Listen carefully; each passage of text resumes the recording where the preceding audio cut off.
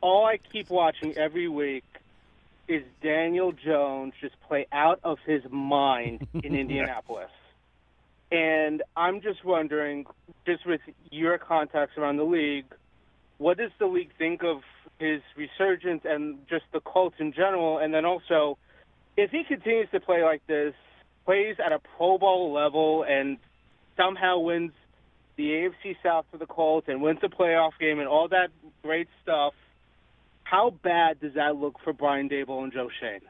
Well, the Giants won a playoff game with Daniel Jones and Brian Daboll 3 years ago. They went into Minnesota as a wild card and won a game there. They did see the best of Daniel Jones, and then he went through a couple of years where he was banged up and obviously got benched in 2024. I mean, injuries were a factor. He never, fully captured the draft position that he was taken in. I would say, in terms of the league-wide reaction to it, number one, it might be the best free agent signing of the offseason.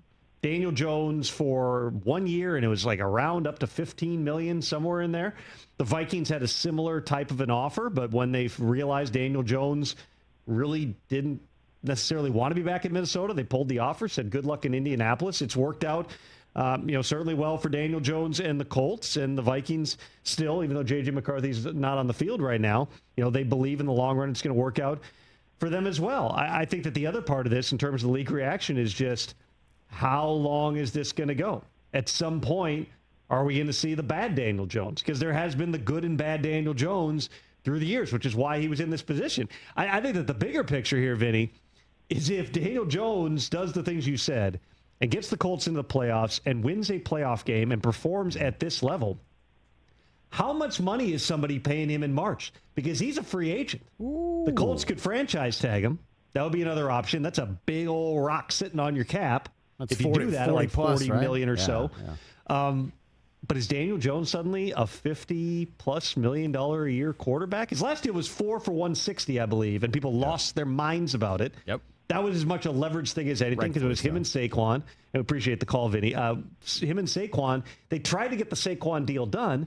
Saquon ultimately wanted more money, so they went, well, all right, we got to get the Daniel Jones deal done then because we want to tag Saquon. This is all coming off of that playoff season, and that's the direction that it went, all of which led us right here where they spent the additional resources that they had on the defense, getting that all squared away while they knew they probably didn't have the long-term quarterback option. I don't think that, the Daniel Jones performance necessarily reflects poorly upon the Giants. It's more so a reflection of two organizations that were at different spots.